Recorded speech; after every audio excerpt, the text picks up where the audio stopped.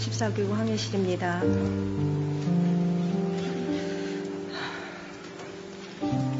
저는 기독교 가정에서 태어났습니다. 그리고 좋은 남자를 만나 아이 셋을 낳았습니다. 그때까지 저는 주일 성수 정도 하면서 나의 필요한 것 기도하며 그렇게 신앙생활을 유지하며 살았습니다. 평안한 일상을 지내던 시기에 초등학교 1학년 큰아이를 미국으로 여행을 보냈고 그것이 계기가 되어 저와 새아이들은 미국에서 생활하게 되었습니다. 그런데 제가 미국에 있는 동안 IMF가 있었고 남편이 보증을 선 사람이 부도를 내 도주하면서 남편 월급에 차압이 들어오게 되었습니다. 자연히 제게 보내주던 생활비는 조금씩 줄어들어 갔습니다. 그렇게 금전적으로 압박을 받으면서 저는 어떻게든 일을 해야만 했습니다. 미국 친구의 도움으로 애구를 만드는 것을 배웠고 사무실에 다니면서 파라보라는 정보도 얻었습니다. 그 일을 하면서 너무나 많은 눈물과 비참함을 맛보았습니다. 때로는 치욕도 겪었습니다. 하루에 2시간밖에 자지 못했으니 내 평생에 그렇게 육체적으로 정신적으로 고통 속에 있었던 적이 없었습니다.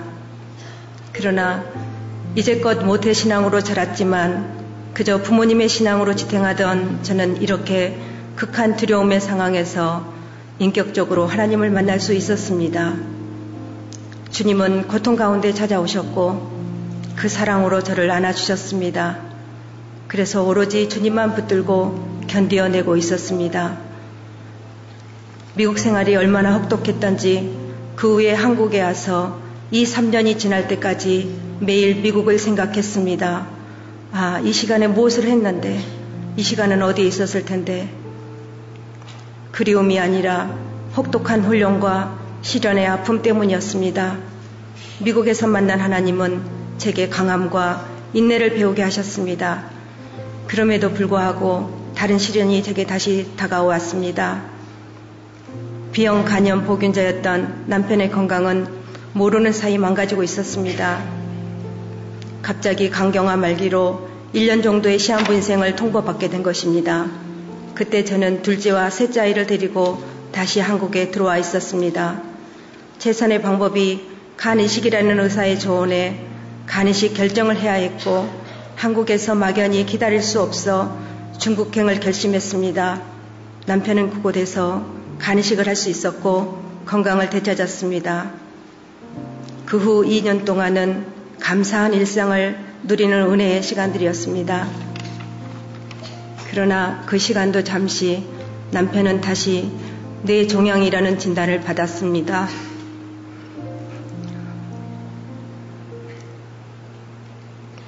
길어야 1, 2년이라는 의사의 말을 듣는 순간 숨이 턱 하고 멈추었습니다.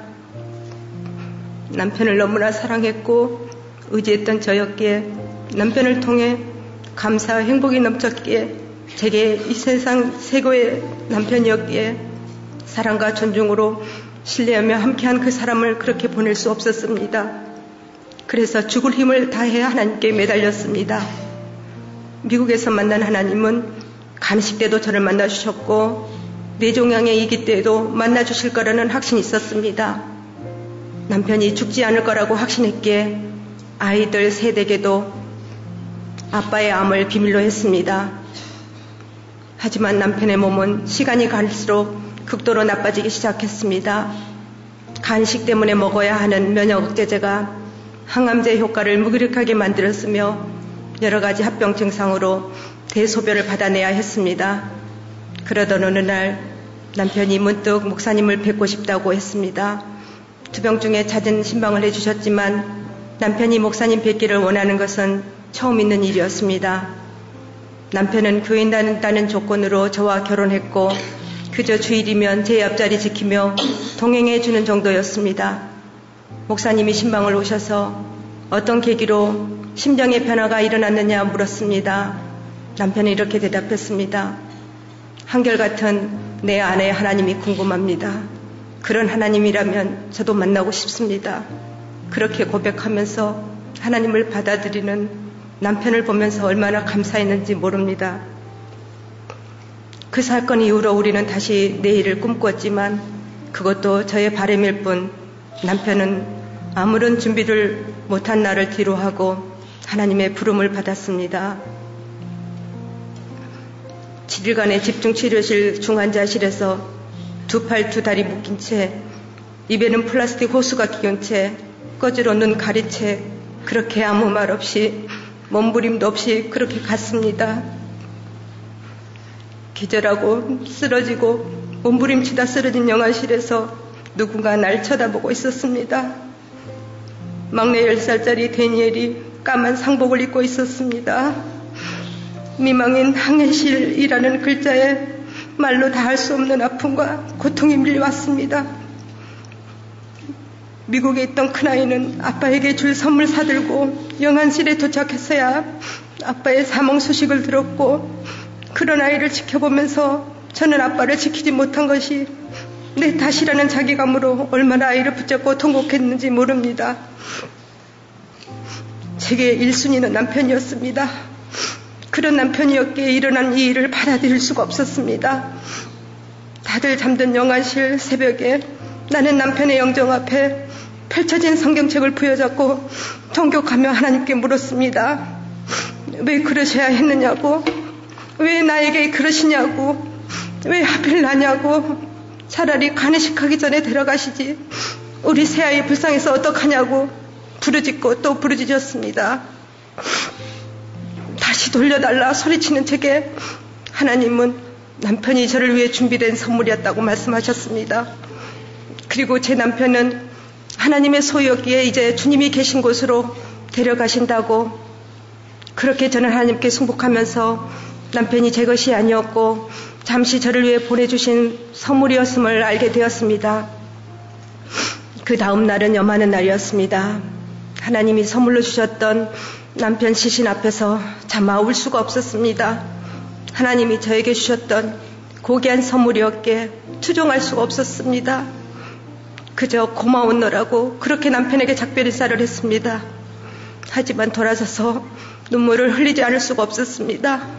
하나님 앞에서의 승복이 나를 다시 울게 했습니다. 하나님의 섭리에 울고 남편을 보낸 상실감에 울었습니다. 그러나 그것이 끝이 아니었습니다. 곧이어 시련은 다시 찾아왔습니다. 작년 12월 건강검진 결과를 통보받았는데 제가 위암이라는 것이었습니다. 하얗게 질린 내 몸을 어떻게 끌고 왔는지 기억이 나지 않습니다. 거실에 걸려있는 새아이의 사진을 쳐다보는 순간 눈물이 쏟아져 내렸습니다. 아이 셋이 발표 엄마로서 울고 자식의 아픔을 바라보는 부모님께 죄송해서 또 울었습니다. 10살 상주 노릇하던 아이가 이제 겨우 13살인데 너무하신 하나님입니다. 누구도 없는 집에서 밤이 맞도록 몸이 뒤틀리고 오장육부가 찍히는 듯한 아픔을 겪었습니다. 제 자신이 너무 불쌍해서 엉엉 소리내어 울었습니다. 왜 나에게 이러시냐고, 왜 내 인생을 함부로 막 대하시냐고 고래고래 소리를 지르고 이내 하나님을 원망하며 그분에게 따졌습니다. 옆에 계시니 말씀해 보시라고, 사랑한다면서 힘들어하는 나를 보고 계시지 않느냐고 외쳤습니다. 남편을 데려간 그날처럼 소리가 옆집에 살까봐 수건을 입에 틀어놓고 그렇게 기도로 매달렸습니다. 한참이 대답이 없으셨던 주님은 내 마음 깊은 곳에서 남편을 데려가신 그 새벽처럼 나에게 다가오셨습니다. 그리고 무엇을 나에게 주시길 원하는지 말씀해 주셨습니다. 남편의 투병 생활은 제게 고통이었지만 그것은 분명 남편의 것이었습니다. 제 몸의 이암을 통해서 그 고통이 얼마나 큰지를 경험케 하신 하나님께 감사가 나왔습니다. 놀라울 따름이었습니다.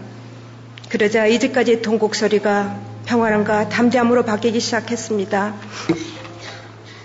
그날 밤이 지나고 새벽에 저는 하나님께 감사의 찬양을 올렸습니다. 저는 올해 1월 5일 수술을 받고 이번 주에 수술 후 처음으로 검사를 받게 되었습니다. 1월 5일 이후 저는 하나님을 바라며 제게 무슨 일이 일어날지를 기대하고 있습니다. 나를 통해 일하실 하나님을 그려봅니다. 저희 아이 셋은 아직도 엄마의 이 암 소식을 모릅니다. 암 때문에 아빠를 이렇게 또 상처를 줄 수가 없었습니다. 미국에서의 생활이 고통이었지만 남편의 간이식과 암투병이 건들 수 없는 일이었지만 제가 이 암에 걸렸다는 사실은 받아들일 수 없는 괴로움이었지만 그것을 견디며 이길 수 있었던 힘은 그 순간 하나님이 함께 하셨기 때문입니다. 이렇게 지나고 나면 그것이 얼마나 나를 다듬고 유익하게 하는 선물인지 모르지만 막상 겪고 있는 중에는 고통입니다. 그때는 고통이 절대로 선물일 수 없습니다. 주시는 이는 선물인데 받는 저에게는 고통입니다. 그러나 주님이 주인 되심을 승복하며 순종할 때 주신 이의 선물이 어떤 파워로 제게 작용하는지 저는 알았습니다. 이제껏 제게 주신 것은 모두 선물이었습니다. 저의 작은 시험에도 응답하시는 주님의 세밀한 음성이 제 상황을 이해하게 했고 해석할 수 있게 해주었습니다. 바울의 이 고백이 이제는 저의 고백으로 남습니다. 내게 능력 주시는 자 안에서 내가 모든 일을 할 수 있느니라. 감사합니다.